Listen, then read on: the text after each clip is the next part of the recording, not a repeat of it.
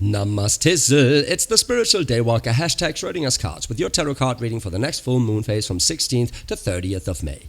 And it's an even longer period this time because it's eclipse season. Blood moon in Scorpio is daring us to own our emotions. It's like a workout for our emotional body. So when an emotion comes in, you breathe into it, you push through it, and transmute the energy. It's a pivotal time for owning your truth, and it has been leading up to this point. That's why this reading is on such short notice, because I've been owning my truth, restructuring how I want to do things, and I bet you guys be doing the same, right? Who do you want to be? What do you need to do for that? And what do you accept in your reality and what not? Now we're taking stock, rearranging things. What do we want to take into our future? And we'll see what the energies of our future hold, right? To be better prepared. That being said, I don't do love readings because life is a self-fulfilling prophecy. And I don't want you to project some bullshit into your reality, right? If love comes up in a reading, that is on you because you are set out to find it, right? That's okay, right? But I don't want you to use the self-fulfilling prophecy to project some more neediness into your life. You don't need that, right? It is a mirror of the energy surrounding you, what your soul is moving into and wants to learn from this to be better prepared energetically. All right, so it is a general reading. If the message doesn't resonate with you, feel free to drop it. If it does resonate with you, drop a comment, like, and subscribe. It helps out the channel a ton, and let's get right into it. All right, Aries, let's see what this full moon, blood moon, actually holds for you. It's about owning your emotions, right? So I bet emotions, they always drive you, and they drive you crazy sometimes because you're just going for stuff and then figuring out in the process how it works, right? But with this Scorpio energy, you're taking a close look and you're enabled to also be decisive about your emotions, what you want to accept as a driving force and what you don't want to accept because it's holding you back.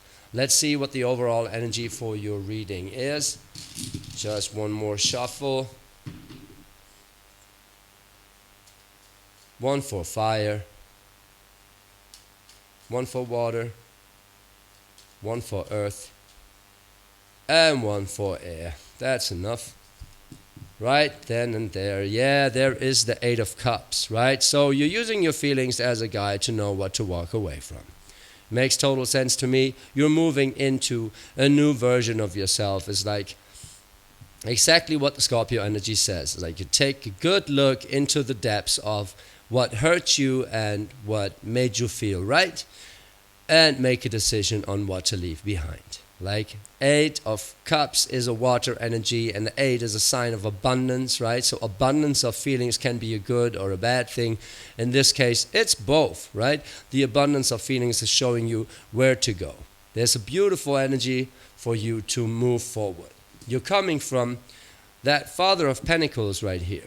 The King of Pentacles, he knows where to invest. He knows how to generate stability in his life. Pentacles is an earth energy, right? And the Father, so the King, is a mature masculine energy. So it seems like either someone in your life trying to provide this stability in terms of family or like just a relationship didn't man up to the challenge, or rather you were in that energy and kind of struggling with creating something in your life that actually gave you the backbone to progress forward. It seems like you do need someone in your life or something, some situation in your life to ground you and connect you with your inner nature. But something in your past didn't do that. It didn't man up to that challenge right here. So you're moving on, and right now you're a little disappointed about it. Makes sense, right? But this Five of Cups in reverse fits perfect to the overarching energy right here. Because the Five of Cups, it's not only a card of disappointment. That's a little one-sided, right? The Five means it's an energy of change. So something about your water energy, your emotions, is changing, right? And it's showing you exactly where to invest your energy, because in the past you've been investing energy in something that didn't pan out right, and now you let your emotions guide you away from it towards something that is more fulfilling. Makes total sense. And there it is, something that is more fulfilling, right? And what is more fulfilling than talking about your emotions, being open and honest about them, and getting some feedback that is like, you're totally right. This wasn't meant for you. So this is a card of communication, communicating your feelings, but also connection to a community, basically, right? So this bird right here, he's talking to or she's talking to the other guys, like what's on her mind, what she's feeling right here, and she's getting some feedback for it. And it's a very positive card. It's taking your emotions to the next level, right? Your emotional body is working out, right? What hasn't worked out in the past, it made you stronger right here, and it made you realize where your posse actually is, where the people are that actually understand you, how you're feeling, and why you're feeling how you're feeling, right? So that's perfect. Let's see in the clarifications how this develops further. Well, don't worry about it. In the past, there's a Wheel of Fortune, so it had to come like this, exactly like that, right? So whatever the fuck you're feeling about outside influences or someone didn't pull his weight, yada, yada, yada, there wasn't something to, like, it was divine intervention in a sense, right? For you to gain this lesson right here. Of course it feels shitty. Of course there's a Three of Swords involved, right? This is a card of betrayal or heartbreak. And it's tough to see that all of this is divinely guided with that Wheel of Fortune right here if you're still stuck in the Three of Swords. And I find the Three of Swords very funny because it's a card of heartbreak, but it's actually mind energy, right? So it's what you think about your feelings that is driving you crazy with this Three of Swords. That's why it's on his head, because it's of course struggling with this energy to accept in the past, that is in the past, right? To accept that you have to move on, because there was a lot of hopes in that King of Pentacles right there. But the Daughter of Swords, she accepts nothing but the truth. And that's why moving on actually happened, right? That's why you're here in this energy right now. It's like, you know you had to make that decision. You know there was a new beginning. Like you had to shift your mindset from this into this Daughter of Swords, which is like a new beginning in thought energy, in air energy, right? You're shifting your mindset, setting your mind towards something different than just thinking about how you got hurt.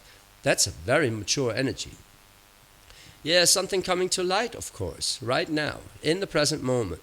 The moon, the full moon is shining onto the subconscious, on your emotional body, and showing you where it still hurts, right? Where something is not right. Makes total sense. So of course there's some self-doubt with that Nine of Wands. It's just before the finish line. You're thinking like, was the decision the right one? Yeah, the moon is going to show you. The moon is going to show you, well, if it doesn't feel right, it is not right. And so of course it is struggling just before the finish line, struggling with some self-doubt, struggling with some like not knowing where your passion actually lies with this Nine of Wands. It makes total sense, but nevertheless, you're well on your way, and it's quite perfect right here. Well, the Ace of Pentacles is in reverse, so there's a little lack of clarity around how to generate that stability you wanted all along, right? Because you wanted that Father of Pentacles. You wanted to feel like that Father of Pentacles, like you got it all under control. You know where to go in life, how your life is going to develop, and generate the stability for you as an Aries to just roam around, right? Running free and like bashing in walls with your head, just like that, right? And something coming to light is kind of shining a light on how to generate this Ace of Pentacles, or rather how not to do it. So of course it makes a ton of sense that you're wanting this and kind of doubting yourself for denying it, but you had to, because something wasn't sitting right with you, and you're coming to terms with it right now with this moon card. This moon is shining a light why it couldn't happen the way it was supposed to happen from your perspective, right?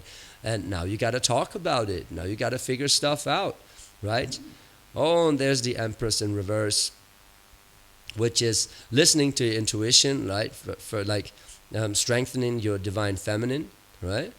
The Empress is the divine feminine card, right? So there is the Emperor, the divine masculine. That is very interesting. So you're very much in your masculine energy. It's like like this setting yourself free, right?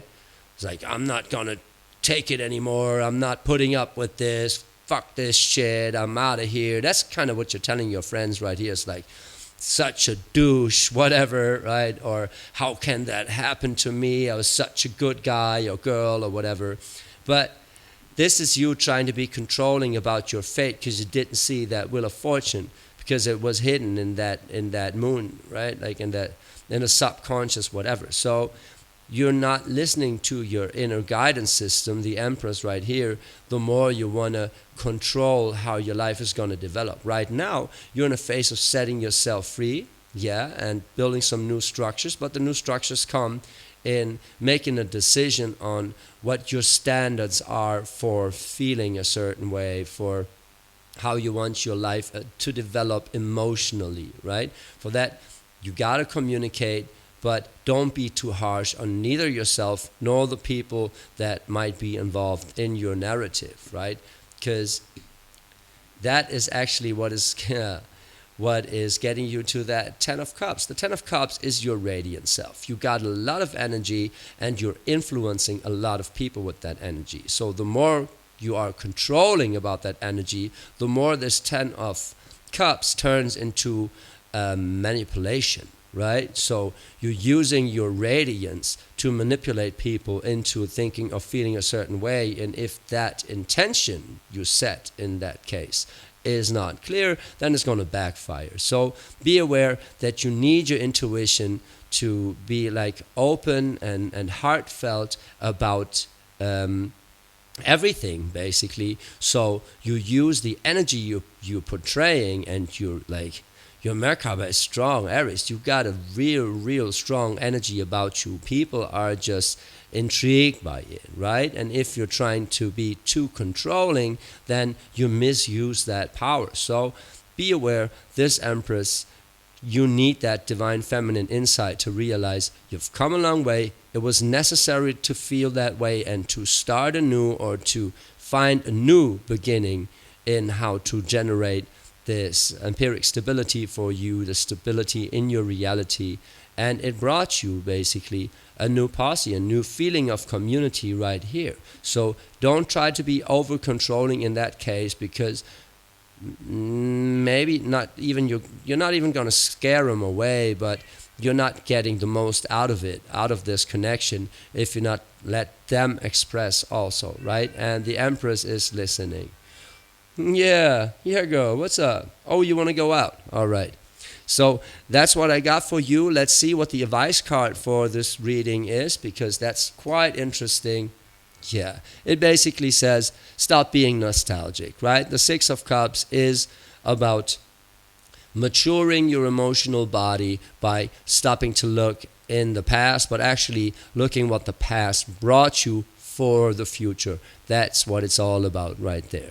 So Aries, this is a beautiful reading. It says you learned your lesson, right? You learned your lesson from the past, and keep on believing that this was exactly how it was supposed to be, and it made you like, it got you into a position where you made new friends. You're able to communicate your feelings. You're able to go for what you love, right? Or for who you love. And that Ten of Cups is a really beautiful card for your radiant self waking up again, right? Just take care that your divine feminine and divine masculine energies are balanced so you can get the most out of these connections. Beautiful energy.